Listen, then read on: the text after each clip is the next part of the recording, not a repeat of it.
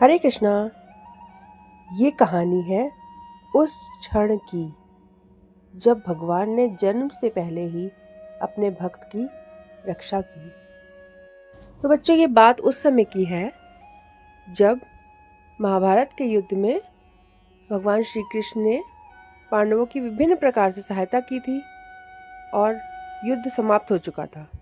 युद्ध के बाद भी वे हस्तिनापुर में ही रुके हुए थे ताकि युद्ध में अपने प्रियजनों को खो चुके पांडवों को सांत्वना दे सके और उनका मनोबल बढ़ा सके। कुछ समय बाद श्री कृष्ण ने द्वारका लौटने की अनुमति ली। उन्होंने पांडवों और ब्राह्मणों से विदा ली और रथ पर सवार हो गए। जैसे ही श्री कृष्ण जाने लगे, उन्होंने देखा उत्तरा भयभीत होकर उनकी ओर दौड़ी चली आ रही है। बच्चों, उत्तरा कौन थी? वो महान वीर अभिमन्यु की पत्नी थी। अभिमन्यु कौन थे? अर्जुन के पुत्र, जिनको पांडवों ने छल से महाभारत के युद्ध में चक्रव्यूह के दौरान मार दिया था। श्री कृष्ण के पास वे दौड़ती हुई पहुंच गई। वो उस समय गर्भवती थी और उसके गर्भ में पांडव वंश का अंतिम उत्तराधिकारी परीक्षित पल रहा था। एक अग्निबाण उनकी ओर तेजी से बढ़ता चला जा रहा था। वहां पर भीम और युधिष्ठिर जैसे बलशाली योद्धा भी मौजूद थे, लेकिन उत्तरा जानती थी कि केवल श्री कृष्ण ही उसकी और उसके अजन्मे बच्चे की रक्षा कर सकते हैं। उत्तरा ने श्री कृष्ण से प्रार्थना की, हे प्रभु, ये जलता हुआ तीर मेरी ओर तेजी से आ रहा है।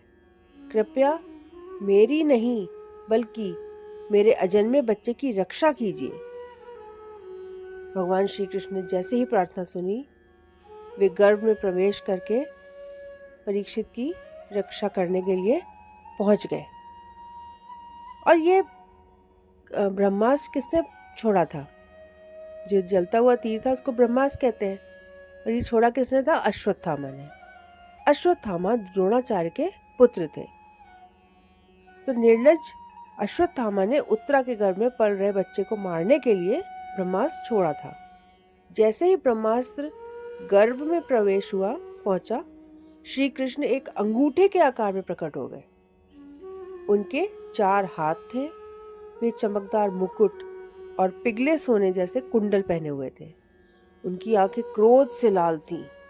उन्होंने ब्रह्मास्त्र की अग्नि को शांत कर दिया, जैसे सूर्य की गर्मी पर ओस की बूंद गिरती है। कुछ समय बाद उत्तरा ने परीक्षित को जन्म दिया। वो सौभाग्यशाली थी कि भगवान स्वयं उसके गर्भ में प्रकट हुए थे। जन्म के बाद परीक्षित लगातार उस दिव्य स्वरूप की खोज करते रहते थे जिसे उसने जन्म से पहले देखा था। वो प्रत्येक व्यक्ति को देखकर ये जांचता था कि क्या यही वो भगवान है। बच्चों, परीक्षित नाम उनका इसीलिए पड़ा क्योंकि उसका मतलब होता है जांच करने वाला। वो हमेशा जांच करता रहता था कि कौन है जिसने उनकी रक्षा की थी। तो बच्चों, इस तरीके से भगवान ने अपने भक्त की गर्भ में जाके रक्षा की। तो भगवान की अपने भक्तों के प्रति प्रेमपूर्ण भावना उनके सबसे मधुर गुणों में से एक है। तो अच्छी लगी ना कहानी बच्चों?